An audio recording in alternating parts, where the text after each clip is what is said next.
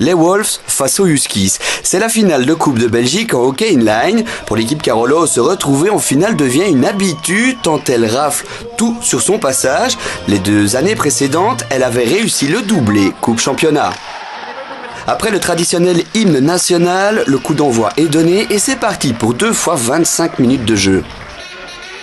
Pas besoin de round d'observation entre les 2 équipes, les Carolo prennent leur adversaire à la gorge et après 1 minute et 56 secondes, c'est 1-0, les choses commencent bien.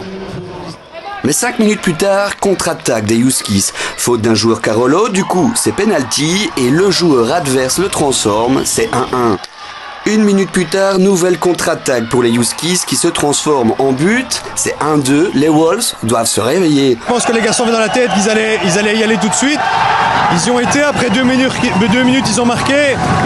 Est-ce qu'ils se sont dit à ce moment-là qu'ils allaient pouvoir finir le match tranquille? Je ne sais pas.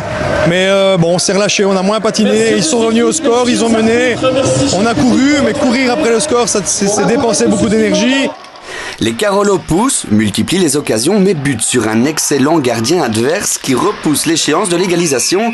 Et à la 13e minute, ça finit par rentrer et c'est 2-2. Après un quart d'heure de jeu, c'est 3-2 pour les Huskies. On s'ennuie décidément pas dans ce match. Les équipes montent en puissance et c'est très plaisant à regarder. Les Huskies creusent l'écart en inscrivant un 4e but, mais juste avant la mi-temps, les Wolves en plantent un 3e, ce qui porte le marquoir à 3-4, et ce sera le score à la mi-temps. À aucun moment on est rentré dans notre match. Je pense que ça a été un des gros problèmes aujourd'hui. On a mis du temps à rentrer dedans. On est vraiment rentré fin de la 2e période quand on arrive à recoller au score. Mais le jeu n'était pas là, la vitesse d'exécution qu'on a et la fluidité de passe n'étaient pas là aujourd'hui. Au retour des vestiaires, les Huskies s'installent confortablement dans le camp des Carolo, mais une contre-attaque rondement menée et se concluant par un but remet alors les pendules à l'heure au marquoir. La suite est très disputée.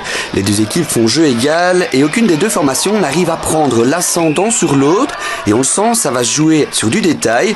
À la 42e minute, les Huskies plantent un 5e but. Et ça va être difficile pour les Wolves de passer devant, mais à la 45e, pourtant, ils égalisent à nouveau. Un je t'aime moi non plus du marquoir. À la fin du temps réglementaire, c'est 5 buts par.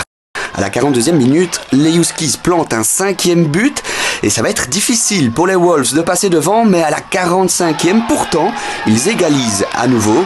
Un je t'aime moi non plus du marquoir. À la fin du temps réglementaire, c'est 5 buts partout. C'est donc parti pour le but en or, histoire de faire monter la tension un cran au-dessus. À nouveau très disputé, ce sont finalement les Huskies qui plantent le but de la victoire finale. Pas de 3e doublé Coupe Championnat pour les Carolo.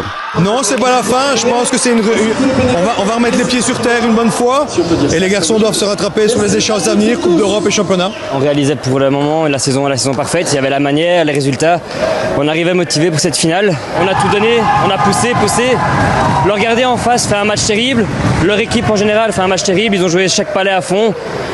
C'est des beaux vainqueurs, il faut les féliciter aussi.